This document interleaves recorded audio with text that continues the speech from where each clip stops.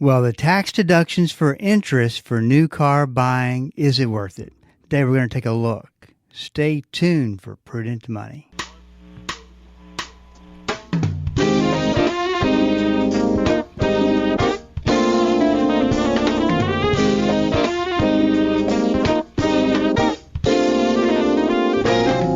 Good afternoon and welcome to the Prudent Money Radio Show. I'm your host, Bob Brooks. Thank you so much for joining me today. You know I do appreciate it. Well, if you got a question for me, I've got a resource for you. Just go to the Prudent Money website.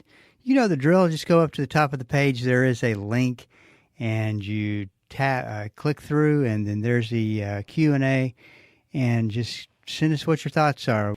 Questions that you have, what confuses you, maybe something you loved, some feedback about the program, what we're talking about, whatever we can do to help you, please go to prudentmoney.com. So, well, is the economy growing, contracting, declining? I mean, what do you assign to what the economy is doing today?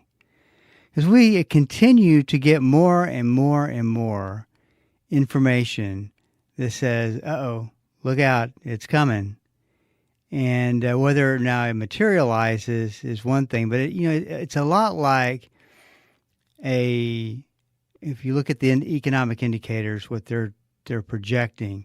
I compare it to a bucket that's being filled with water very slowly, and all of a sudden it gets halfway full. It goes to 3/4 of the way full. Now it's up to the very, very top, and we've got a problem because we don't want that water going all over the floor. And yet the water continues to drip, and then the bucket hits the capacity, and water goes everywhere. And I really do think that describes the economy. It's a slow, I don't want to say the word death, but it's a slow, extensive disease that's covering up the economy slowly but surely. And at some point we're going to look at it and go, wow, we have a real problem, versus something that kind of comes on a little bit faster. Today, the ISM numbers came out, and anything over the index number of 50 is good. But yet we've been at 6 months now under 50, and that's just not a very good a good indicator of what's going on. And like I said, it's just slowly developing. And you look up, and you in 6 months of contraction in the economy is not a good thing to begin with. But it all comes down to this. And the information we got over the weekend, that the courts system, and I'm not sure which court it is telling President Trump and the administration that you got to give some of those tariffs back. The courts are saying that they don't have the legal authority to take money for tariffs, and that they're going to have to give them back. Now, this is problematic for a lot of reasons. If Trump can't overcome this, then he has really wasted a lot of time. And, it's interesting because of the process that President Trump is going through. He's trying to cram a process into a tight window and get it to pass and everybody be happy. When if you look at it, when two countries come to the table, the negotiation table, on average it takes about 3 years to get to a point to where they agree on something. And I may be a little bit off on these numbers, but I'm going to be pretty close. And then it takes another 18 months to implement it.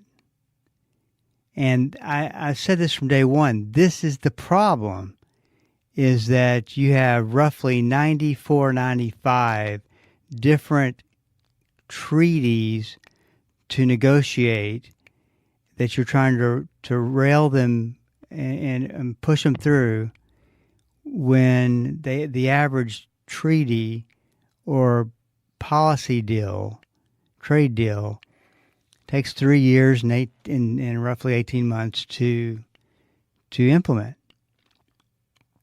I think that's why it's falling apart. So we also, so what else do we see today? People are really you're starting to see more and more surveys.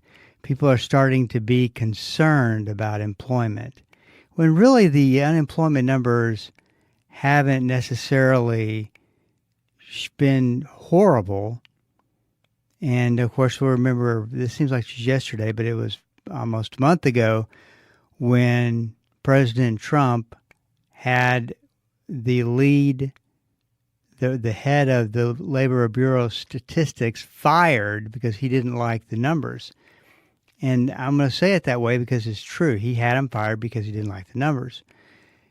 But he says he had him fired because he felt like the numbers were fraudulent and not consistent, not good, when that is the way that system has been for decades. And he's right. They're horrible numbers. They're not a good representation of what we are experiencing, and they're manipulated, of course, if I'm not already said so. But it's what we've got, and we learn to read between the lines. And so I don't know what's going to come of all that, but we have the unemployment numbers coming back again this Friday. And this one should be a very, very important one. I think if we have a problem that's gaining speed, that we're going to see a negative number of jobs lost. But I don't think we're there yet. And so, a lot of this is about optics. And I remember back during COVID, right at the very beginning of COVID, I was watching NBC News Tonight or one of these news programs, and they were talking about what COVID was going to do to the restaurant industry. And they interviewed this one restaurant owner, and of course he was standing in an empty restaurant because it was COVID, and I think it was at that point they had already had the lockdown or whatever you want to call it. And so the owner said, he was talking about what's going forward, and he said, I hear that people in my business are starting to raise prices on the food that they're selling, and it looks like that's what I'm going to have to do. Now, he's not basing this on anything but hearsay. And you'd have to hear the interview to see what I'm talking about. But I think that what ends up happening, these optics are created, and they affect things in a big way. They affect beliefs, they affect attitudes, and I think we have a lot of negative beliefs right now. So we'll see what happens, and we'll see what happens coming up in this unemployment report, which should be a doozy this Friday. And the other thing is that you have to consider, out of everything we've talked about today, so far anyway, how is it affecting interest rates? And interest rates is the big number. Interest rates make the world go around, and as far as business goes. And what interest rates did today was they went up. And this is troublesome because the economy, at least people in the bond markets, want to see interest rates come down, but that's not happening. And if interest rates continue to creep up, we've got a real problem on our hands. So remember, it's all about watching interest rates. And now that really comes down to Friday as well. if say we got the numbers back and we lost a negative 150 jobs, you would expect interest rates to crater, fall, decline. What if they didn't? What if they went up instead? And of course, that in itself would cause a major, major problem. So, not trying to be doom and gloom. I'm just trying to make sure you understand the other side of the story that's out there, that everything is fine. Maybe it is, but if it is, these indicators should look a lot better. Hey, this is Bob Brooks, and you are listening to the Prudent Money Radio Show. Thank you so much for joining me today. You know I do appreciate it. You know, the big, beautiful bill, and I still don't know who made that title up of that piece of legislation. Further, I can't believe that they actually went with it. But that's neither here nor there. Let's talk a little bit about the new car loan tax that is coming out that will reward you with a tax deduction of the interest on any notes, any loans that you take out to buy a pre-owned, not a pre-owned car, a brand new car, and it has to be assembled in the United States. So we'll talk a little bit about that, some things that you need to know, some smoke and mirrors, you can imagine that, and we'll help you get a good perspective of that. Hey, this is Bob Brooks. You are listening to the Prudent Money Radio Show. Up against a break. Stick around. I'll be right back. Hello, this is Bob Brooks. Proverbs 22:3 and Proverbs 27:12 are the exact same verse word for word. I call them the stewardship verses of risk. A prudent person foresees danger and takes precautions. The simpleton goes blindly on and suffers the consequences. On the Prudent Money Radio Show, we teach about risk, how to identify it, how to figure it out, and what to do about it. We believe that to be a prudent steward, you have to be a good risk manager. Listen to the Prudent Money Radio Show on Bible School Radio 91.3. Prudent Money, home of the modern day steward movement. Dynamic, practical, life-changing. There's no point in going to church and not letting the Christ who gave birth to the church on the day of Pentecost change your life. Join us each day as Pastor Paul Shepherd applies the timeless truth of Scripture to everyday life. It's Destined for Victory on this great station. Weekday afternoons at 3:30 here on Bible School Radio, KDKR.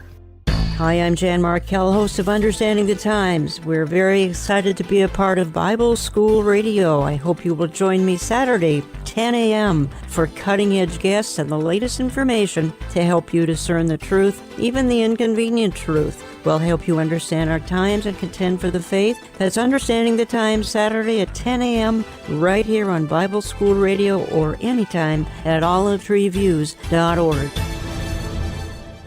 Welcome back. This is Bob Brooks, and you are listening to the Prudent Money Radio Show. Thanks so much for joining me today. You know I do appreciate it. If you got a question for me, please go to the website at prudentmoney.com. We take questions all the time and happy to do so. If we can help out in any way, please make sure you take advantage of that and consider it a resource, your very own resource, at prudentmoney.com. As I was talking about before the break, the car loan tax break came in the big beautiful bill.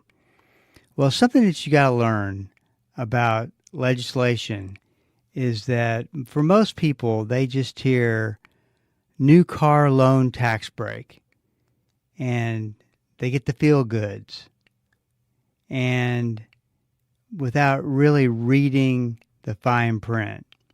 And I'm sorry to say, this is one that is full of fine print, and leads you to the question is this really worth me going through the trouble of capturing this tax deduction when this has so many gray areas to it? This article says it is about boosting all American-made autos, not just EVs, electric vehicles, but not all buyers benefit. They must be patient, and the incentive is modest. Not a good way to open. A new tax deduction is available for interest paid on loans for new vehicles assembled in the U.S. for personal use. So the question is, when you're out there looking at cars, the first question is, was this car assembled in the United States? Now, this is different from the electric vehicle credit. So if you buy an electric a Tesla or something that's electric, this particular you get up to $7,500 credit, which is a big deal, and that expires at the end of September. You know, if there was one thing that was drawing in some good revenue for the consumer, it's this electric vehicle. And of course, this is something that came from the Biden era. They were thinking that they're all gung-ho on electric vehicles, and put this $7,500 credit for buying an electric vehicle into motion. So it's not that. It's less generous, less immediate, and harder to estimate. Is the way they describe it. And then they say that not your car salesman, not your tax preparer, not your boss is going to know for sure if you qualify for this. So this is for domestically assembled new vehicles purchased from 2025 to 2028. Used cars are not eligible, neither are, and this is interesting to me, neither are leased cars. The vehicles must be for personal use. So many consumers tend to negotiate their car prices just as monthly payments, and this is not a monthly payment. This is what, there's good and bad in every classification of business. And automobile dealerships, there's some great people out there working in the dealership world, and there are some people who will flat out lie to you. So for those people who do that, I could see them taking the monthly payment amount and going, but you're going to get this kind of a tax break. Yeah, you could probably take another $50 off of that. I would not listen to that. But over the 16 million new vehicles expected to be sold in the U.S. this year, 1 million to 1.8 million could qualify the purchaser to take the new deduction. 1 million to 1.8 million. And what's interesting about that is there's such a gap. I mean, 800,000 cars is a big number, but the whole 1.8 million total, when you think about how many people drive and you think about how many cars are for sale, new cars, not a really good figure. Of the 10 cheapest new models on the market, only one, the Toyota Corolla, is eligible for the interest deduction. The others, including Nissan's Versa, GM's Chevy Trax, and Hyundai's Elantra, are assembled in Mexico or South Korea. That keeps their starting prices around $20,000. So to qualify for the full deduction, single taxpayers must have adjusted gross income of less than $100,000 for an individual, $200,000 for a couple filing jointly, and above those thresholds, the credit phases out. Given that the average price of a new vehicle is about $50,000, a key question about the new policy is, How many people earning less than $100,000 a year can afford to buy a brand new car? Plus, it could be one of the worst purchases that you ever purchase, buying a brand new car, because of the depreciation. Once you've heard this many times, I'm sure, the appreciation that occurs the minute you drive off the lot. So the big question is, how much can you save? Using data from Experian on the average amount consumers finance for a new vehicle, $41,720. The average interest rate for new loans, 6.73, which is, I think, is generous. And the average term, just shy of 6 years. Wow. We calculated that the tax incentive would be worth, I wish I had a drum roll, but I don't, $576 in the first year. And that's going to be as good as it gets, because the value decreases annually from there to $36 in the sixth year. You just wonder if they really ran the numbers. So in order to calculate the value of the deal for yourself, you really are going to have to make assumptions. Do you know that your income tax will be under the threshold this year and years into the future? Because if you all of a sudden are not there, well, guess what? You don't qualify. And the fact that it does decrease over that 6 year period, if today buyers take out a 5 or 7 year car loan, they can only bank on receiving this incentive during the first few years of the loan. Whether it continues, and this is an important point, whether it does continue beyond 2028 will be up to whomever controls Congress and the White House in the future. So there you have it. The big, beautiful bill created the new car loan tax break. Quite, just don't think that's worth it.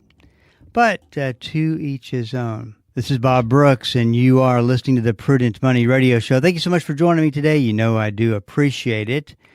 I was going to wrap up the program today with some new car tips. Came up with some new ones. But I don't think I'll get through them. If we don't, we certainly will reconvene this week. But remember, cars are more, everybody's talking about the car shortage, which I still don't see. I do see the higher prices, but there's something to realize about the higher prices.